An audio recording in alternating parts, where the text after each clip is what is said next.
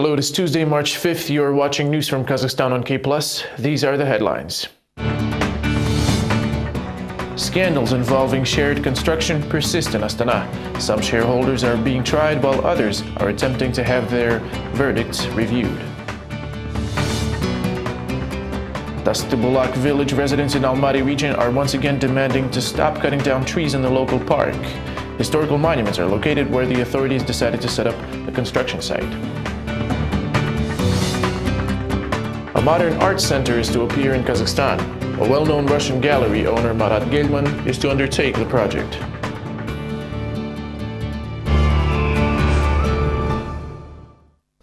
Around 10 cheated shareholders of an unfinished residential complex came to the Supreme Court in search of an audience with its chairman.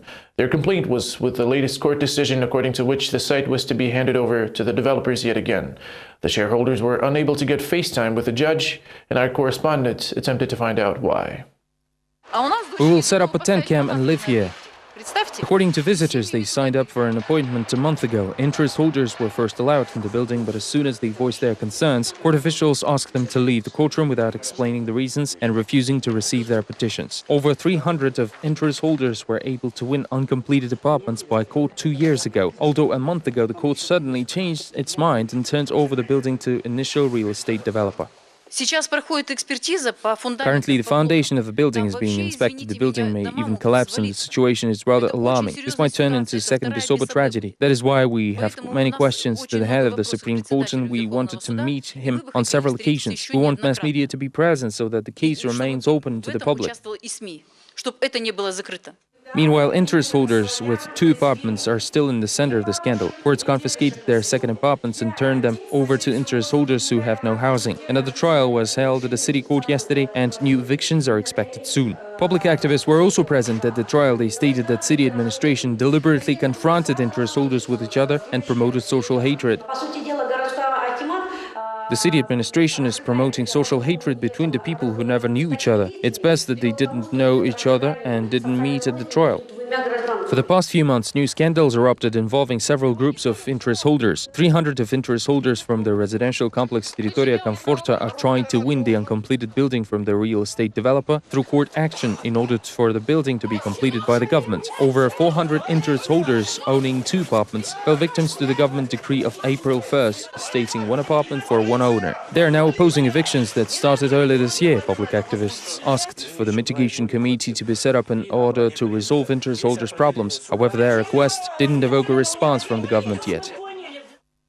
Around $60 collected and a permit to hold a picket was the result of a campaign against cuts in the maternity bonuses for women that earn more than $1,200. The protest was held on Almaty's Arbat, but on Monday they were able to get permission to hold a picket in a square behind Sararka movie theater. Details up next. The activists of the movement against the reduction of maternity benefits organized a flash mob in Almaty's Arbat. Singing to a guitar, they collected donations for the head of the State Fund of Social Insurance, Mr. Kormanov.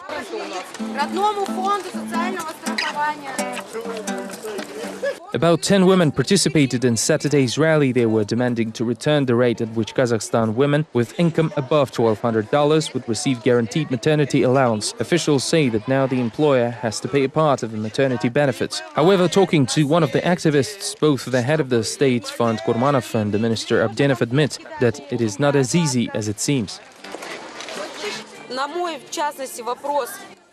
The government is currently negotiating with large companies and associations to have co-payments on maternity benefits. However, the head of the state fund just gave up when I asked him, what should those women who work in self-financing organizations do?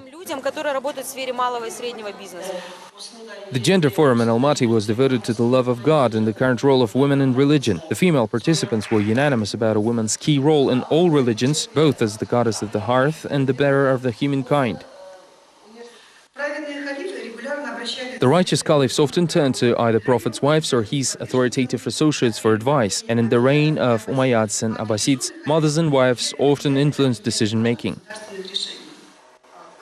Business lady Raushan Sarsimbayeva considers herself a socially responsible employer, and she's ready to pay the half of maternity benefits for her workers. She doesn't ask, though, why the government doesn't increase the rate of maternity benefits rather than cut the current one. She says that the women's flash mob in Almaty-Arbat reflects that Kazakhstan has become the country with gender sensitivity. Nowadays, Kazakhstani women go into business politics and take active citizenship. Sarsimbayeva gives advice for the protest group's participants. The pregnant worker should take care of an additional agreement on maternity benefits with her employer in advance. Singing to a guitar helped the enthusiastic participants of the flash mob get around $60 for the state fund of social insurance just in an hour. The residents' meeting with the new deputy mayor of Almaty and part-time Kazakhstan chief gynecologist Zauresh Amanjolova was also a success, as she allowed the protesters to hold a rally on March 16th. At Monday's Parliament Hour, MP Gulzhana Karagusova claimed that the Labour 2020 program does not justify itself. She says the money is being spent on education, and while indicators are positive, in reality the situation does not inspire optimism. MP Gulzhan Karagusova inquired the Ministry of Labour and Social Protection about the regional demand for specialists trained as part of the program. Allegedly, $504,000 were spent inefficiently already. In addition, it is not clear whether $79.5 million allocated as microcredits for business expansion ever produced additional employment opportunities. In response, the Ministry of Labour reported that nearly 103,000 people took part in the last year's program. By 2015, the agency plans to use the project to reduce the poverty rate to just 6%.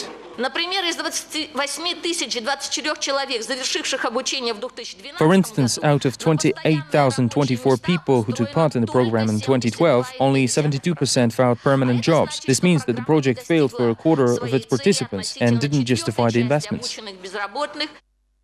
Military songs and classical pieces were performed for Ataral war veterans and youth. The concert was part of a Degdar Foundation charity campaign under the leadership of Dariga Nazarbayeva. The MP herself did not visit the oil region, but artists not only put on a show, but held free master classes for students. The next report has more.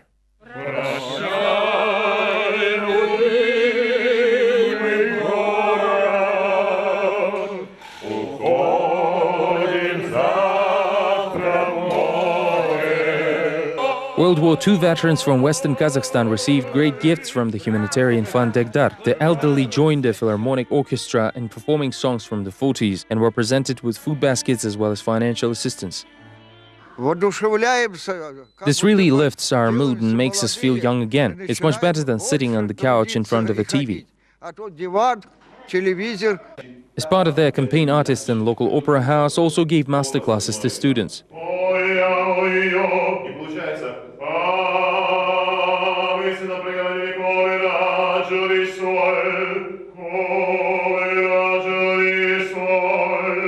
Kazakhstan's lead baritone Andrei Trigubinko shared his secrets at the choir class of Atara Arts Academy. A masterclass like that is a true revelation when students have the opportunity to see how everything is really done on stage. At the same time, the coach, no matter famous or not, has the chance to summarize gained experience. Meanwhile, pianist Timur Armanchev gathered about 100 students in the next lecture hall. This charity campaign is still underway, and similar performances will be held in Aktau, Uralsk and Aktobe next. The notorious Amantai Kaji addressed the president with the slogan, "The people are not the same." He requested to shield Kazakhstanis from corruption and other vices, such as construction of a nuclear power plant and abolishing vehicle inspections. Amantai Kaji went to the streets of Almaty on Monday. The elder's patience snapped with the beginning of spring, and this is how he summed up all of his accumulated claims. The government and president will be responsible for this. Nursultan Nazarbayev, that's enough. You're the one who allowed Kazhigeldin, Ablazov, Aliyev and Khrapunov to do what they eventually did. Nursultan Nazarbayev, we had enough of you. Please, step away. People are no longer the same. And I am lodging my protest against all this ugly corruption. Car owners supported the action, believing that dropping the MOT will result in increased road accident mortality rates, since most vehicles in Kazakhstan were imported as used. Amantai Gaji says that people lobbying for new regulation indulges in publicity stunts, only seeking additional electoral votes. To recap, last year the leader of Akjol party, Azat Piruashev, proposed to drop the motor vehicle inspection, calling it as a useless procedure. A Pavlodar woman blames the police in the death of her son. Tatiana Zhdanova claims that 35-year-old Vitaly died after he was beat up inside the law enforcement building. The police deny the fact of assault and battery, claiming that a forensic examination failed to establish the fact of a violent death. Our reporters got acquainted with the details of the incident. This is Vitaly with his friend from Russia, and this is Vitaly at the wedding. According to official papers, the cause of death was a stroke, but Vitaly's mother doesn't believe the police. She says her son was severely beaten before he died. He was brutalized and beaten. There's even a video that shows how it happened in the presence of his friend, who asked to call for an ambulance. But they didn't do it at first, only when they saw that he's really bad. When the doctors came, he was already dead.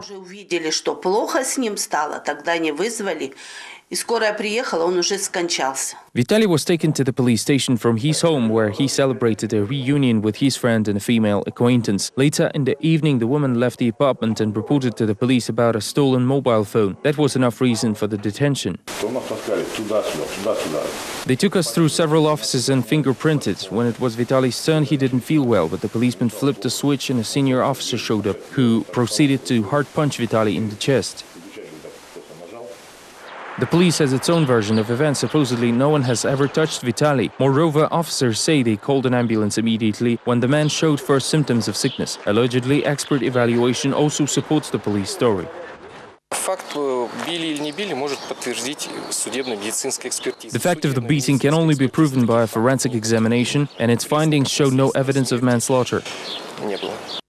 Nevertheless, Tatiana Zhdanova believes that it was indeed the police who killed her son. Otherwise, the officers would have never offered the family any material aid. Vitaly's relatives expect to see the final results of the forensic examination by Tuesday and are planning to address the issue at the prosecution office. A resident of South Kazakhstan region's Balakshi village killed 3 of his neighbors, including 2 children, and severely wounded another 2. Local residents are still attempting to recover from the murder-suicide and are trying to understand what made the 44-year-old Bakali Khasabayev commit such a heinous crime. More details up next. Past Saturday was a night of fear for residents of Balakshi village. First they saw the fire and then heard shots and screams. It was 3:45 a.m. We woke up to the sounds of shooting. My wife ran outside and started screaming that the hayloft is burning. By the time I put on clothes, my sons were already outside. One was shot and fell down, then the rest too as well. When I ran outside, I was hit too. Then my younger brother arrived and he got shot as well. The family of Faridin Gadyrov lost 2 sons, 12-year-old Rasul and 11-year-old Israfil. Their older brother is currently in intensive care unit with a headshot. Faridin himself was shot in the forearm. Once finishing up with Kadyrov's family and a random witness, the rampant neighbor went to the next house. According to relatives of Bakali, the neighbor owed him 4 months' salary. Fortunately, the neighbor was not home, yet the shooter took it on the animals by burning down the stable box. They had some kind of land disputes. People say he was a bad person growing up in a troubled family. On his way out, he shot some woman and then shot himself. He also burned some horses. This is the house of the shooter, 44-year-old Bakali Khasabayev. His family still cannot believe what happened. However, they explained that only hopelessness could push the man to commit this crime. They never paid back our $10,000. Kadyrovs began to threaten us. But this isn't just our land, it's a family land. They wouldn't even give us a bag of flour. They mocked us. I went to talk to him myself and he insulted me and threw me out. I told him to return our land. We really trusted him. According to police, one of the versions insists that the main reason for such a brutal crime was an unresolved land dispute. When we started searching for a suspect, his body was found by the southern side of the Balakshi village near the Aris River. His body was laying about 4 feet away from it with a gunshot wound in the head. 16 caliber shotgun and bullets were found next to the body. The victims of a night massacre were buried in the village on Monday. The shooter who committed suicide was buried as well. The investigation of intentional homicide is underway. Meanwhile, special training sessions for non-governmental organizations are being held in Astana. Media experts taught young NGO leaders to conduct effective information campaigns. Organizers say that when the situation with freedom of speech worsens, the role of the non-governmental sector in the development of civil society gains more importance.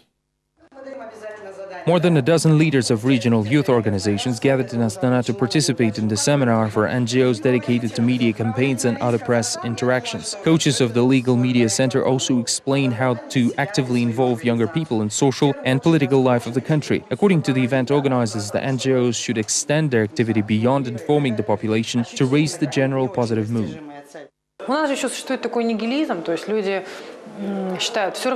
Nihilism is still strong in our society. People think that nothing will work anyway, and that's why it's useless and not important to fight for anything. I believe we need to resolve the situation, show that it will bear some result in the future.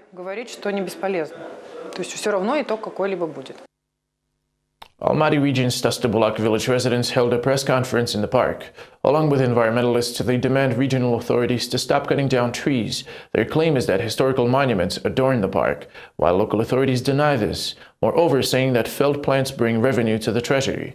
More opinions in this report.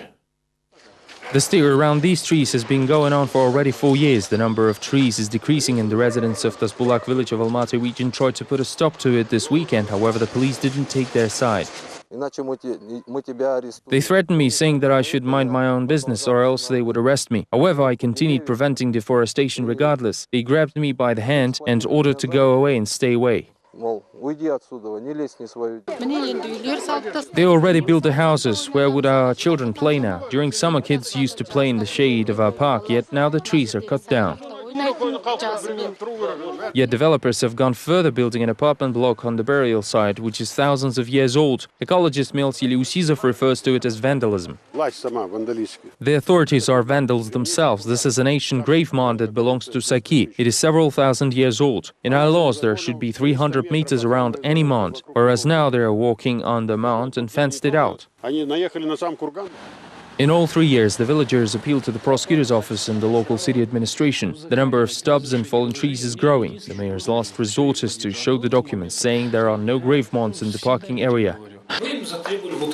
We've requested them to provide the documentation from archaeological departments, forestry, construction permit for a house, etc. We told them not to start construction until they submit all the paperwork. When all the documents are on hand, then there are no problems. I'm not authorized. The local administration office informed that developers of residential buildings pay cash for every cut-down tree. Hence, 32 trees in the area increased the state treasury to $920. Deforestation continues. With spring came the first floods to the east of the country. Emergency services in Krasina village near Ust-Kamenogorsk began clearing the streets. Minister of Emergency Situations Vladimir Bashko also visited the site in order to get acquainted with the situation in the region, where precipitation was exceptionally great this winter. Meanwhile, slightly to the north in Pavlodar, rescuers continue to evacuate people from the snow. Over the last few days alone, emergency workers rescued about 200 people and towed dozens of cars from snow. Last week, rescuers encountered difficulties reaching residents of remote villages in Ekibastus area. Doctors summoned for urgent help simply couldn't get close to the homes of their patients and had to call the personnel of the emergency ministry, who in turn used heavy trucks to get through. In addition to reaching the patients, rescuers also evacuated about 10 people trapped in snowy roads. Fortunately, no one was hurt. Fortunately, the women who called for help received necessary first aid. One of them had a high fever and chest pain, so doctors suspected pneumonia. Overall, we got there on time and did a good job saving them.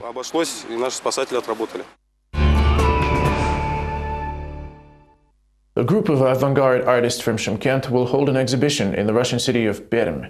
The deal was reached with municipal culture officials by well-known Russian gallery owner Marat Gelman, who recently made a visit to Almaty. A renowned Moscow gallerist, Marat Gelman, believes the Almaty Center of Contemporary Arts will enjoy an inevitable success, since it will benefit not only the artists, but the city itself. Gelman's each visit to Almaty is always eagerly awaited by the community, striving to bring the art to the masses.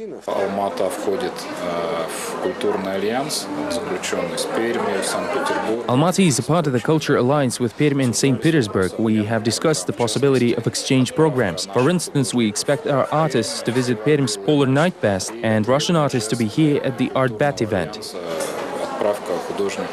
из России к нам на Art Marat Helman has a history of cooperation with Kazakhstan's artists. He already presented works of Sasha Brenner, Yerbol Meldibekov and Kanat Ibragimov in his Moscow establishments. This time he chose the art team Kızıl Traktor. Helman even personally visited the local exhibition of the late leader of this Shymkent-based group, Moldakul Narambetov. On Saturday, the gallery said he met with the country's culture officials to discuss possible Kızıl Traktor's performances in Russia.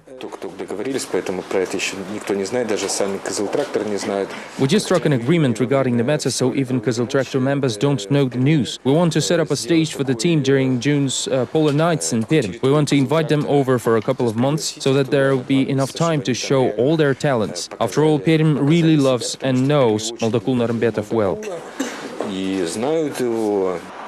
Kanat Ibragimov and Marat Helman are friends for several decades. If you can't oppose, lead the process. This is the principle the authorities use attempting to control contemporary art, said Ibragimov. He believes Kızıl Traktor is a good choice to represent Kazakhstan abroad. The group consists of true masters of installations and performances using anything from tires to reinforcement steel for their sculptures displayed at numerous exhibitions. At the same time, Ibragimov notes that right now only artists who don't get tangled with politics can enjoy wide promotion.